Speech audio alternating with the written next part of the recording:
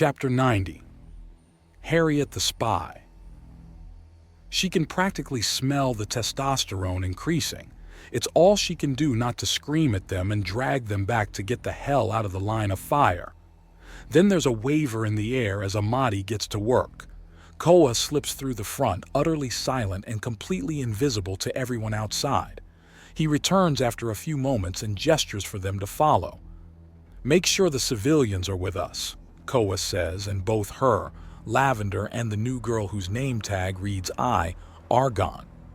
The big man had found an outfit not unlike the suit he'd worn when he'd been singing with Bass and Brass, but in a smooth cream instead of black. "What are you doing? Wouldn't it be smarter to get back into the Undercity?" Lavender demands. The slut outfit is covered by a brown hoodie and baggy green pants. "They tracked us anyway.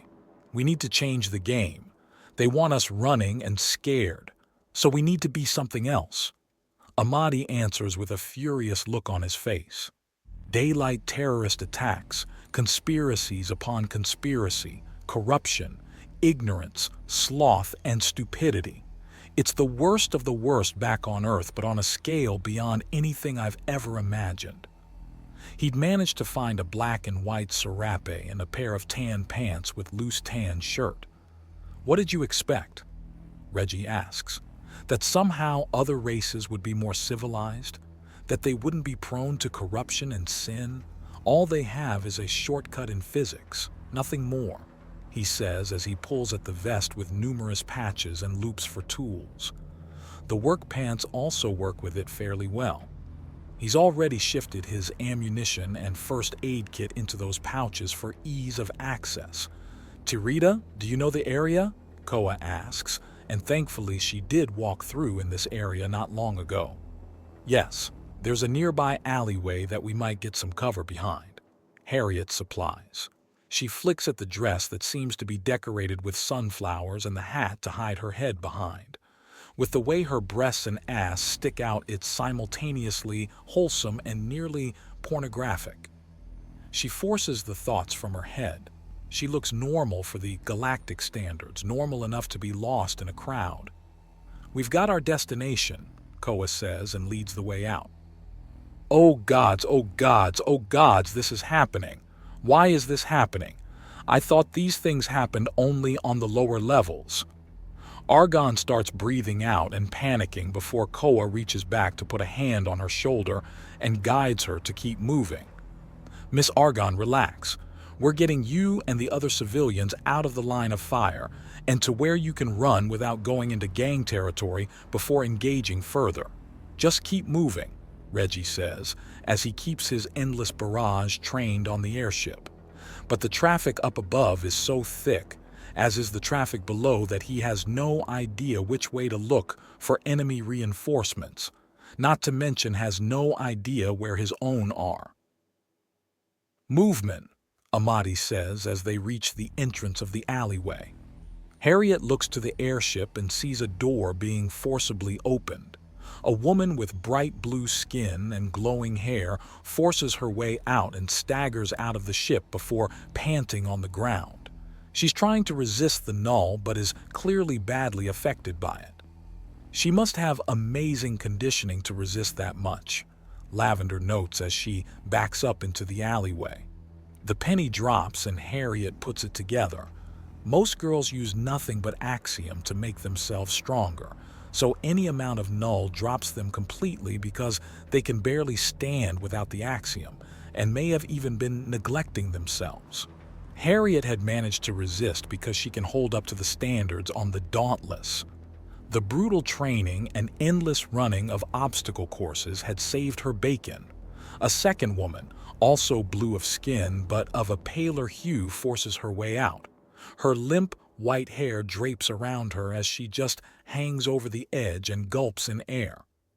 "The null will be wearing off in a minute. Does it require reapplication?" a voice asks through the communicators. "Possibly. The situation is still developing. Stay hidden and stay ready," Koa answers. "Confirmed evacuation incoming, ETA 3 minutes." Their ally replies. "Where are you?" Harriet asks out loud, and there's a chuckle through the communicator. Above and well camouflaged. We've got our own extraction plan, and the rest of my team is scattered through the area for maximum coverage, so don't worry. I'm just the guy who will be hitting these idiots with, "Hello, it seems someone has reinforcements. Lining up a shot." "What kind of guns do we have?" Amadi asks, as he pokes his head out invisibly to take stock of the second ship zooming down. "We're a sniper squad. That's 3 long guns, backup pistols, K-bars, and I'm packing an experimental compact null launcher. You?" "We got a grenade launcher, a long gun of our own, 2 Uzis, backup pistols, knives, and we've appropriated a weapon called an endless barrage."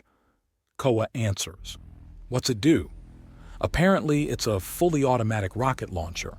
We haven't used it for more than intimidation yet." "Stand by. The second ship's taking up." "Are you seeing this?" the sniper asks. "It looks like it's preparing to fire on the downed vehicle." Amadi says, gesturing for Koa to come up with him. "The hell is going on?" Koa demands, and Lavender tiptoes up behind them. She glances around. "Oh no, this..." "What?" Harriet demands. "We're in the middle of a gang war. It happens every now and again. 2 different groups want the same thing, and the fighting gets worse and worse. Then even the bribes they pay the police aren't enough." "Is this common?" Reggie demands. "No, yes, somewhat. You hear about it, but you can go your entire life and never encounter it." Lavender stutters out. There are branches and wings of the Umbral organization. One branch is here, and..." The upper ship's laser cannons start openly powering up, much more slowly than normal. A power play of execution and murder. Then the sides of the laser cannon seemingly detonate with twin crashes of sound, and the energy spills sideways to melt the weapon barrels to slag that drips downward into the city below, rendering them useless. The snipers had interfered, and their silenced long guns had slammed their bullets into the outer casings to shatter the containment of the weapons. "That's a sign if I've seen one," Reggie remarks as he steps out of the alleyway, takes aim with the stolen weapon, and pulls the trigger. A cascade of tiny needle-sized missiles launch out the front with almost no kickback, leaving him feeling somewhat cheated. Then the missiles hit, each with the force of an anti-tank rocket, and the second airship is blasted backwards and rocketed across to slam into the ground of the spire opposite and collapse. One pull, 20 explosions across the front of the airship that buckles the metal and breaks what doesn't bend or shatter. "Holy shit, I didn't even see those tiny things," Amadi remarks. "Scared?" Reggie asks with a smirk. He can't wait to pull this thing apart and see how it works. "Yes, I'm scared. I need to know an attack's coming to put any kind of defense up," Amadi shouts. "Now get back here before someone catches wise." "Was that the endless barrage? The hell just happened?" the sniper demands. "That was the endless barrage, just shy of 1,000,000 anti-tank rockets launched out with minigun speeds," Reggie says into his communicator. "You do know there's no way in hell you're not going to be forced to hand that over to the lab, right?" the sniper asks, and Reggie sighs. "I know. I don't want to, but I know," he says, looking to the crashed second ship. "We've got a problem. There's a huge congestion in the lanes up above, and our extraction is being delayed by corrupt officers. Do you have a way out?" the sniper asks, and Koa looks towards the ship that had been hit with null, where the 2 strangely colored women are recovering in front of. "We're taking the nulled gunship. Civilians, now's the time to bail. Run backwards out the alleyway and don't look back. We're about to take all the attention and tear it away from you." Koa decides, and he gives all 3 women a hard look. "Keep the gun, lady. We're getting out of here and taking away all the attention." "You're what?" Harriet demands the crazy bastards. "We're getting out of here in such a way that everyone looks at us. Contact the Dauntless with code Omega 523 if you want to get some straight answers." Koa orders, and the other guys nod. Harriet's mind races at exactly what kind of crazy action movies these crazy bastards must have been watching to think this was a good idea. You need to be careful. Those two that came out of the ship are elementals from the opposite sides of the thermal axis, Lavender says quickly. Wait, there are elementals. When did reality become fantasy? Oh yay, sometime around the space Amazons and unicorns, right? What? Koa asks. One's hot, the other's cold. With Axiom too? Amadi answers before looking for some clarification, and Lavender nods to give it. Right. Either way, it's our ride. We'll tape the idiots together and they'll counter each other. Can you three get to safety? Koa asks, and there's a look between each other. Yes, I know a safe place nearby. I'll bring them with me. Good woman.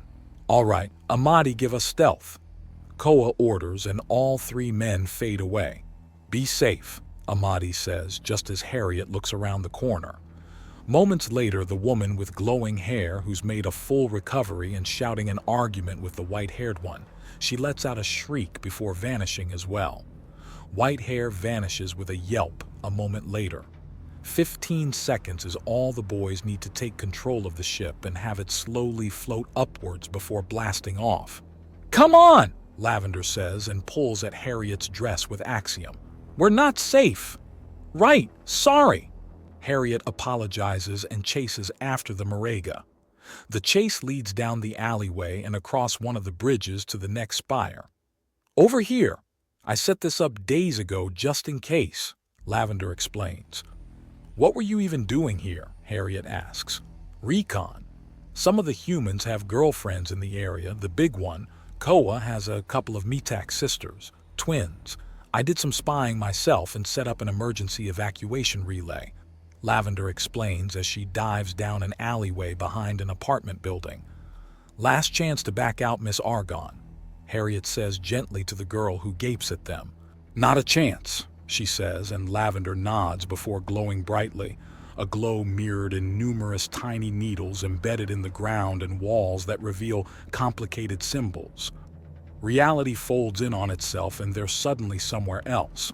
Somewhere very purple with a large number of sound-muffling curtains and drapes hanging off everything.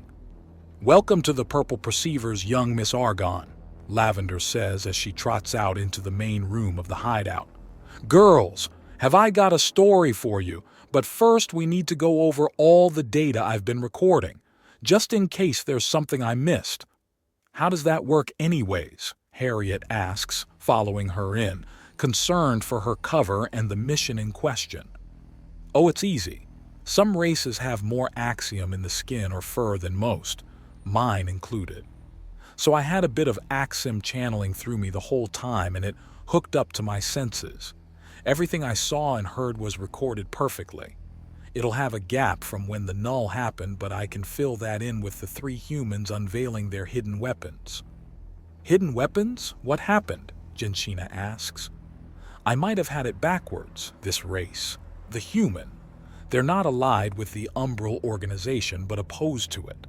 They might be victims of an Umbral plot rather than part of one, Lavender explains as Miss Argon just gapes at the massive conspiracy wall.